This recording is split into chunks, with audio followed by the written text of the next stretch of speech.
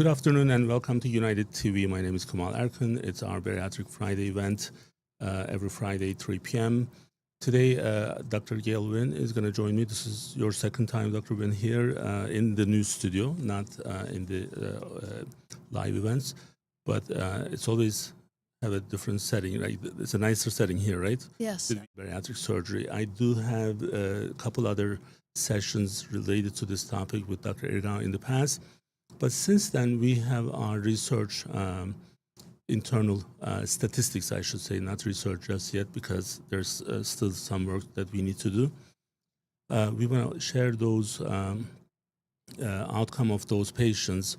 But before we go into all that discussion, we have some new people in the audience, and they may not know exactly what we are doing, what morbid obesity is, and how bariatric surgery is helping, why it's one of the best and most powerful tool to fight morbid obesity. If you can give us that background, and then I'll start with my questions. I say qualify is just like the lack of term, but for patients who are considering surgery, what are the criteria for the surgery itself? So the criteria for surgery is having a body mass index greater than 40 or a body mass index greater than, depending on what type of insurance you have. Most insurances will cover surgery if your body mass index is greater than 35 with medical problems like diabetes, high blood pressure, sleep apnea. A body mass index greater than 40 is equivalent to like being about 100 pounds overweight. Body mass index of 35 is being about 70, 80 pounds overweight with the medical problems. The American Society of Bariatric Surgery has lowered that criteria, and some insurances have accepted that criteria to a BMI greater than 32 with medical problems like the diabetes, high blood pressure, sleep apnea, heart disease. So in these sessions, we discussed so many times. Now it's on the regular cycle. Different topics, different ways to handle issues, patients who are going through the surgery, they're not there yet, and there's also patients who are post-surgery. And 2 weeks ago, one of our patients from 2020, she was here with us, and she shared her own experience and what she went through, and seeing the outcome was amazing, and she was also brave enough to come up here in front of the cameras and then share her own story. And that kind of makes it extremely powerful to see the actual outcome. Now, in the last several years, we have seen weight loss drugs also utilized in morbid obesity and treating morbid obesity. And there are so many new ones coming up. And it's almost one of those things where people didn't do anything for morbid obesity until 2010, right? And then all of a sudden now we have, after the surgery options, we have also now medications. Some of them are good, some of them are more efficient than others, but it's not for everyone. But before we get into that, if you can kind of give us the background on these drugs, what has changed and why do we have so many different options now? Sure. So early on, really the only medication that was out there to help people lose weight was something called phentermine, which was a stimulant. It's still being used today. It's actually one of the cheapest medical weight loss medications, and it basically works by suppressing people's appetite by working on neurotransmitters in the brain. And then came these diabetic medications, and they were used to treat diabetes, but what they found is people lost their appetite, and they also started losing weight. And so it became kind of like a side effect.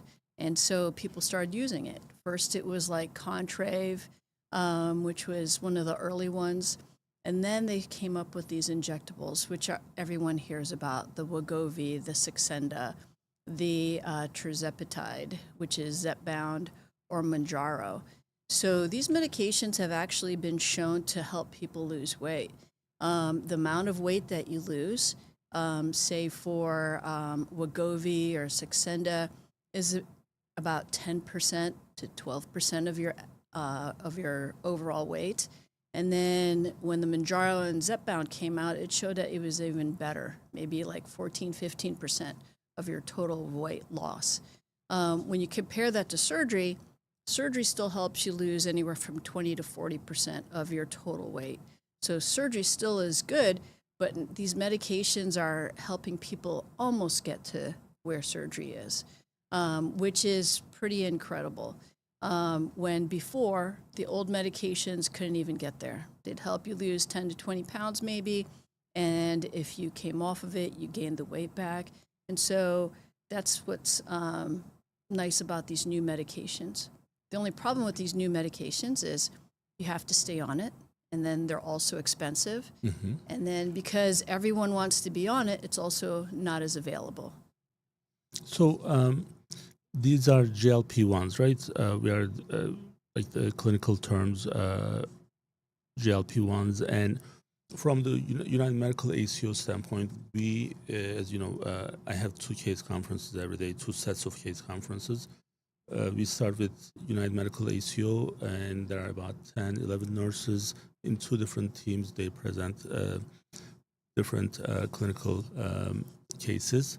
And then we have our bariatric case conference, and then we just discuss every patient who is in the surgery pool, and then we see what they're missing and how we can help them. Now,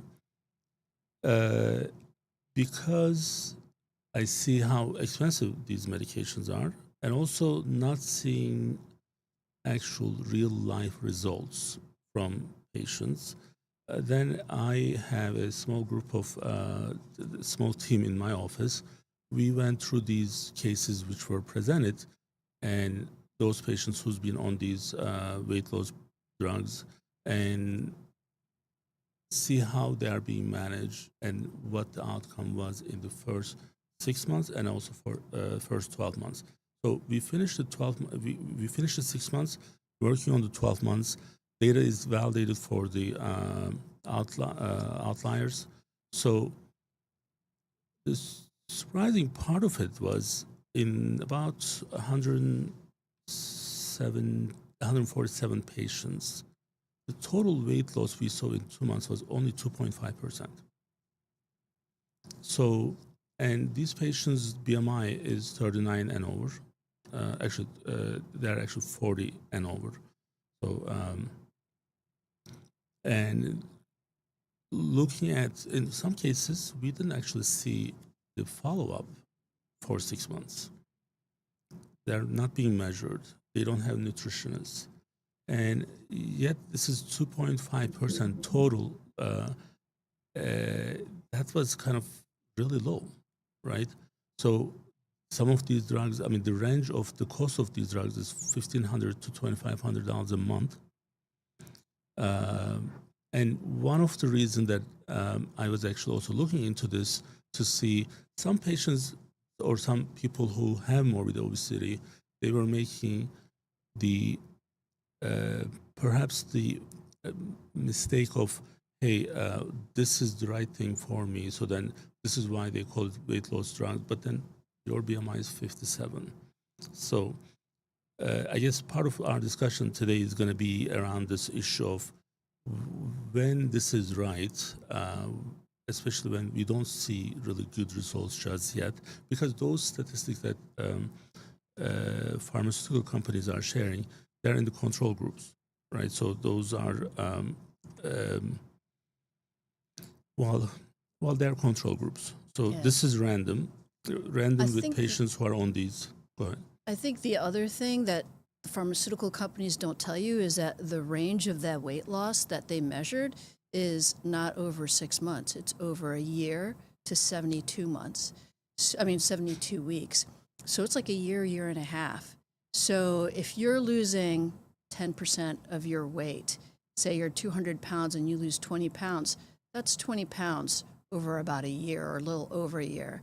Or depending on which medication, it's like a year and a half.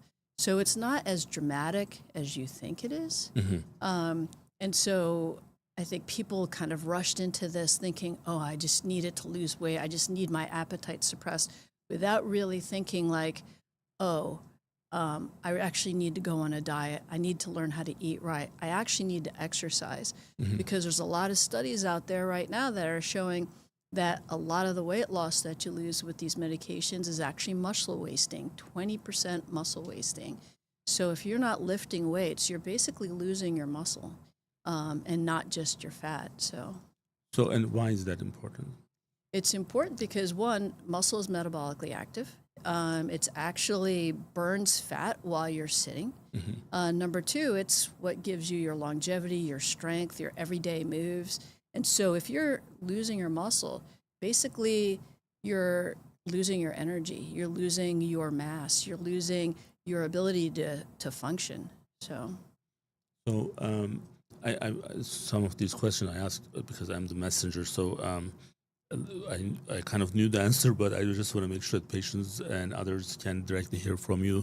You know, what makes our event special is it's not me, who's a non-clinician, talking about clinical issues on my own.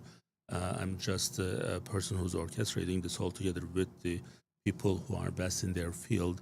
You know, I was joking with Ethan earlier, but I wasn't really joking. So when you got here, so you are a big deal. So you have to be a big deal. So you are one of the best bariatric surgeons in the world. So then I can ask some these questions so that people can directly hear from you.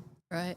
So, I mean, I am a bariatric surgeon. I've been doing this for like 25 years, but also I got board certified in obesity medicine. So I Right. could really understand what it is that we're doing, and maybe really incorporate everything into the treatment of our patients to give them the best outcome overall.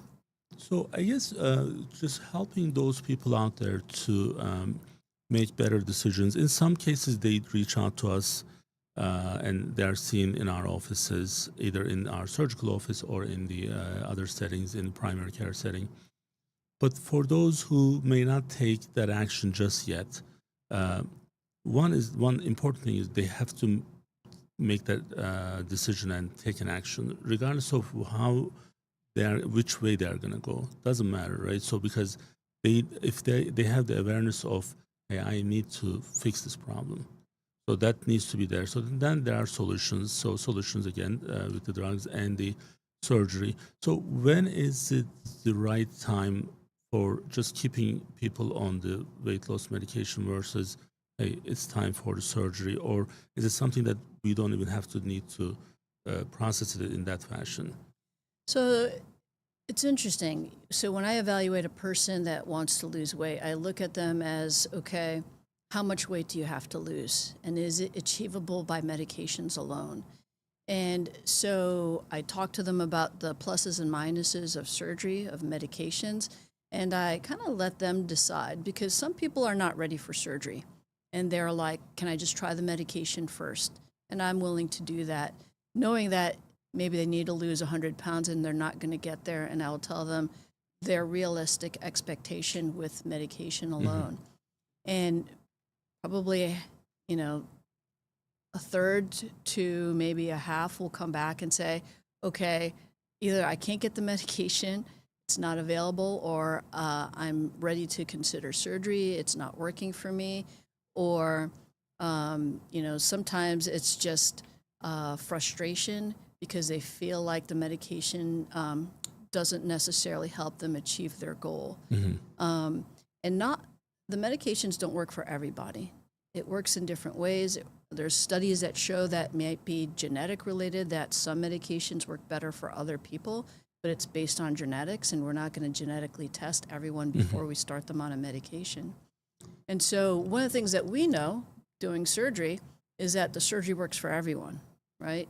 And so when someone comes back and says, I want surgery, or sometimes they just choose it originally, I could say, okay, these are the steps. You have to see a dietitian, you have to see a psychologist. We're going to get you through this, but then afterwards, I'm going to be there for you for life to counsel you as you're losing the weight. And if you start faltering, if you start gaining weight, if you can't control your hunger, we can add these medications also afterwards to help you. So I think medication is a good adjunct. So you talked about the person whose BMI is 57. I would probably start them on medication right away as they're going through the process for surgery, and then say, okay, let's do surgery. And then, maybe 6 months to 9 months into it, put them back on the medication to get them to try to lose as much weight as they can using both. If they have maybe 100 pounds overweight, BMI 100, I feel pretty confident that surgery will help them.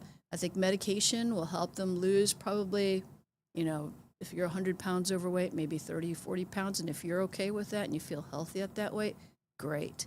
But if you don't, then we need to add something else.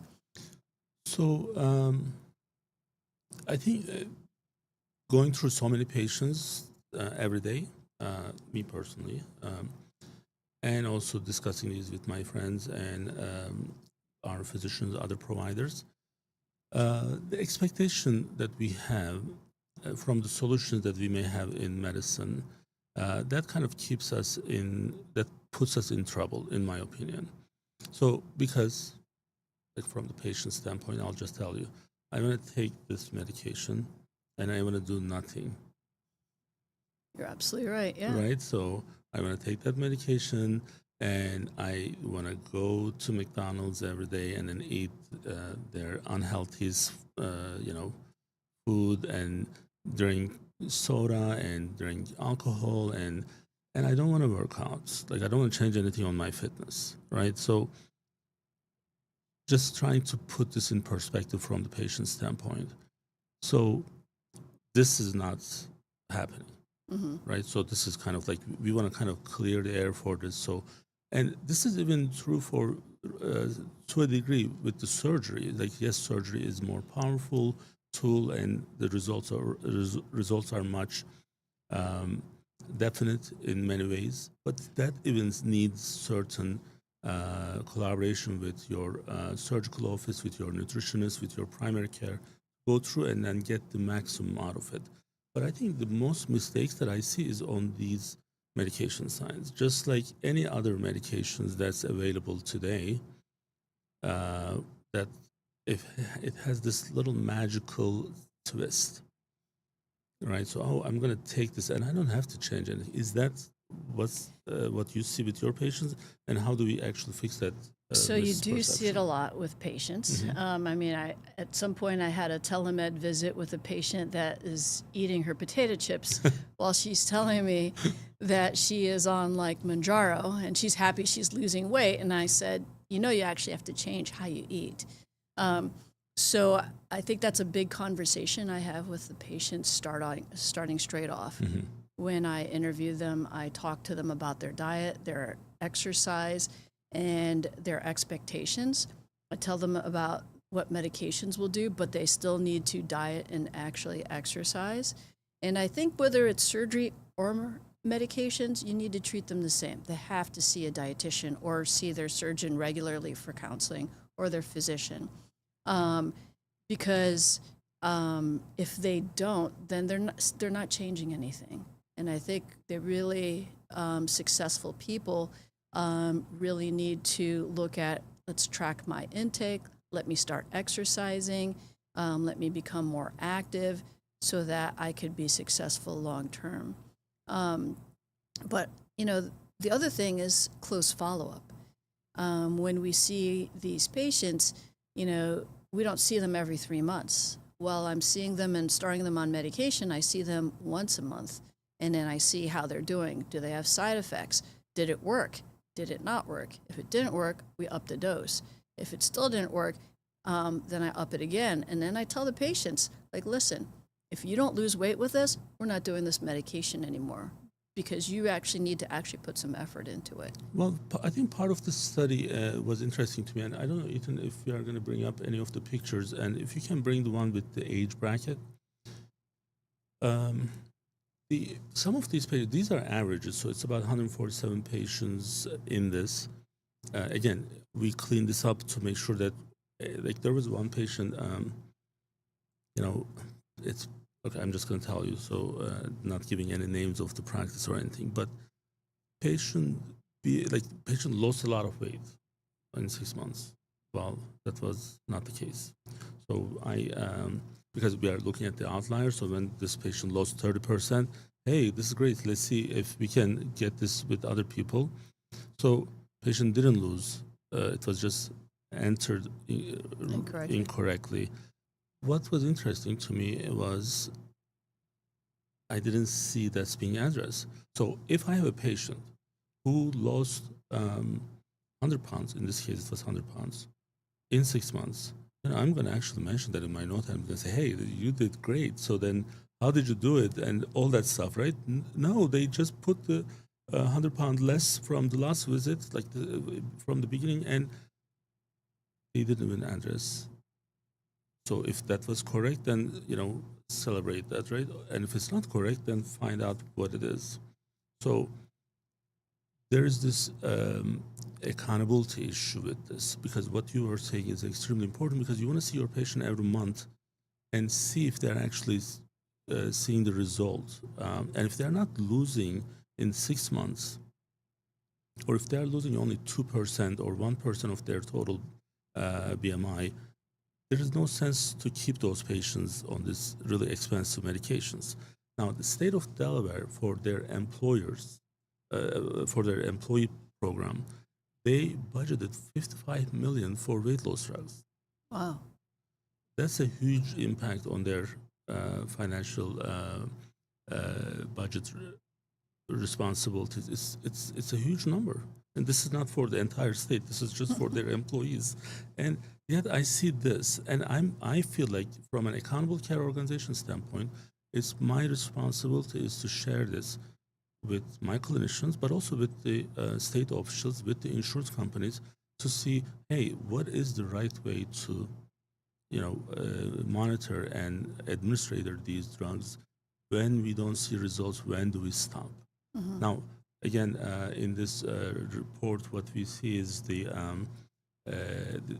that one actually, Ethan, is the gender breakdown, but the one before was the age. And the age breakdown was, there are some patients, they lost maybe 10% or so, but when we look at the averages, average is about 2.5%. And then I'm like, when do I stop? From the clinician standpoint, isn't that my responsibility? Right? Absolutely. The cutoff usually is less than 5%. If you lose less than 5%, then you really need to either be on something else or consider surgery. If you've tried and tried and tried for 6 months and you still can't lose up to 5%. Right. And even with this data, now we can do the gender breakdown. So, and I couldn't help but thought about what you just said about the muscle loss, because in this breakdown of the female versus male patients, the average male patients is about 1.3% versus for average female patients, loss is about 3.3%. Now, the report is not final, where there's some patients who are on Medicare. That's why it says 1 and 2 versus female and male. But even in this not so great outcome, female patients lost almost more than twice actually. Is that because of the muscle loss? Is it related to that, or Hard to say. Either that or maybe women are just well more motivated than men. So true. Now, well, one of the questions I have. So you mentioned some of the drugs, like the Ozempic versus Wegovy and the Mounjaro and the Zepbound. Some of these are same formula, but Right. they're actually approved for X versus Y, and I'm having a little bit difficult to process this. How does the body knows, hey, this is not approved for weight loss? If I have, let's say, patient has diabetes, and if they're at BMI 32, if they're on Ozempic because they have diabetes, we are giving that name but same formula. We still expect that patient to lose weight, Oh, absolutely. right? Yeah, Because that same formula is labeled under Wegovy, and then it now says weight loss and diabetes. right. So if these were so powerful and so efficient by itself, the drugs, all those patients who don't have morbid obesity, but they have at some level of obesity, they also would be losing certain amount of weight, Yes. right? So because our body doesn't say, hey, the FDA didn't say this, so I'm not going to actually, I'm not going to actually use this for this reason. So that's also another issue, because even a couple of people from my team, they challenged my data saying that, hey, you need to consider those patients with diabetes. I'm like, they should be losing weight regardless. Right, right. And then diabetes patients have a similar, we ask them to follow the similar discipline in terms of the weight loss. They need to be watching their nutrition, their fitness. So like we are not just going to rely on medication. So then expectation would be, hey, everyone should be losing weight. And that's not what we see. Correct. I think the only difference would be that when you're using the medication for weight loss, you're titrating it to their hunger and their desire to eat and their suppression of their appetite. Versus when you're using it for diabetes, you're using it to, oh, is your diabetes controlled? If it is, then we stop at this dose. We don't escalate I it. see. Yeah. Yeah. So, and that's another thing that I see, another perhaps issue where patients on the same dose, if they're not losing weight, do we not want to increase that dose? Exactly, Right? exactly. So this is why the monthly visits are important. Yeah. So I had a patient today that I saw actually who has been on the same dose for like a year of Manjaro, and she says it's doing great with my diabetes. And I said, well, tell your doctor to up it a little bit because you're on the lowest dose and it could help you with your weight loss. And she's like, oh, okay, didn't think of that. And Right. I thought, okay, well. So because it's new, I guess, I mean, it's still like a couple years only, and so many people are trying to do the same. And one of the issues with the celebrities, like Kim Kardashian, she goes out there and she says, "Oh, I lost this much," and then there's even like this term called Ozempic phase or Wegovy phase. So they are promoting, and it's not really. There's really no good foundation for those promotions. And our goal in these events is to increase public awareness of what's real, what's not. One, main thing for me is understanding nothing is magical. So, Absolutely. that would be so great. Like if I take some medicine and if I have more hair, right, that doesn't work. So the best, most efficient hair loss treatment is hair transplant. So nothing is going to bring your Rogaine is not going to bring your hair back. So same thing with the weight loss. It's just unless you have the commitment, and this is one of the takeaway from the discussion with our patient Karen Riley, and she said, "Hey, this wasn't easy. It wasn't just surgery. So I put my heart into this, and I made the commitment to change what I do that time. And I need to be able to move. I need to be able to do other things. I need to be able to go out, help my kids, and all those things with the motivation coming from those, family related tasks, the pressure that she's getting from those." And she said, "I changed. It's not like I haven't changed anything prior to surgery. I changed completely, and surgery was this kind of like jump start to put me out there, and I don't have to wait too long to see my results." So, but it took more exercise, better diet, following a better diet, and vitamin utilization, all those things. And she lost almost 110 pounds. She was 260, and I believe last time she was 147. So, and to keep it up, just like we do. So now, are you still playing pickleball? Yeah. You guys make way too much noise, just to let you know. So I'm going to start a bill from the state to stop the pickleball in public places. No. So I'm kidding. No, it's seeing so many people going out there and play, and that's not the only thing you do. No. So you are extremely active. God bless you. I try to walk 10,000 steps a day. And trust me, it requires effort to do that. And it's not enough by itself. So I still have to follow certain diet, intermittent fasting, and other things to stay away from certain food and drinks. So it's a combination of all those together to have this, make this more like a lifestyle, so that if someone is at the morbid obesity level, if they have the same understanding, they can utilize either it's a weight loss drugs or the surgery as a jump start. But the best jump start right now and the most powerful one is the surgery. So when do you, like from the clinical standpoint, from the clinician's side of you, when do you say no to the patient when they are definitely not the right candidate for drugs? So one, if there's a contraindication to the medication. So for any of those GLP, GIP, GLP combinations, is if you've had a history of medullary thyroid cancer in you or your family, then all bets are off. If you're pregnant, if you have a history of pancreatitis, those would be reasons not to be on any of those medications. The other reason would be is if you can't afford it, right? Like if you can't afford it, you're not going to be on it. And Medicare is kind of one of the tougher ones to get it approved for. And so it almost automatically takes you out of the picture. And then you have to look at, okay, I started you on the medication. I see you monthly. You are still eating potato chips. I counsel you over and over like, hey, you really need to eat better. And you say, well, I'm just really struggling. And so I keep increasing the dose and you still can't do it. Basically, if you can't lose weight with escalating doses of the medication, then you really shouldn't be on it. We need to try something else. Right.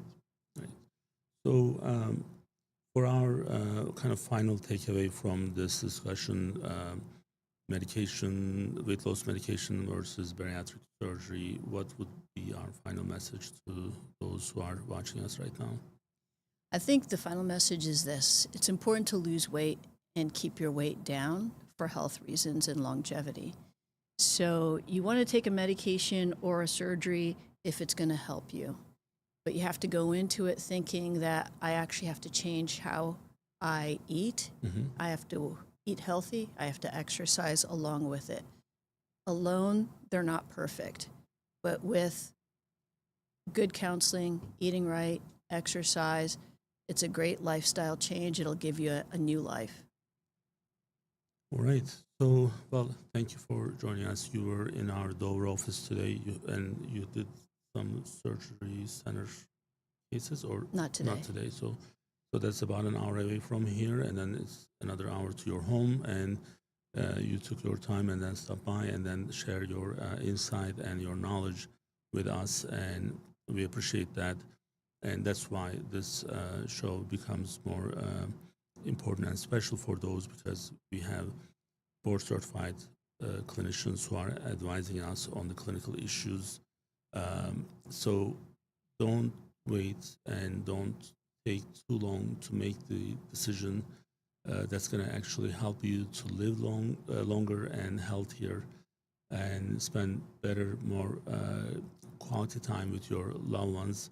And regardless of what the solution that you are looking for, there are different tools available, and our goal is to put them out there and then for you guys to make your decision. And the worst thing that you can do is come and see one of our physicians, one of our providers in our primary care settings, and see for solutions.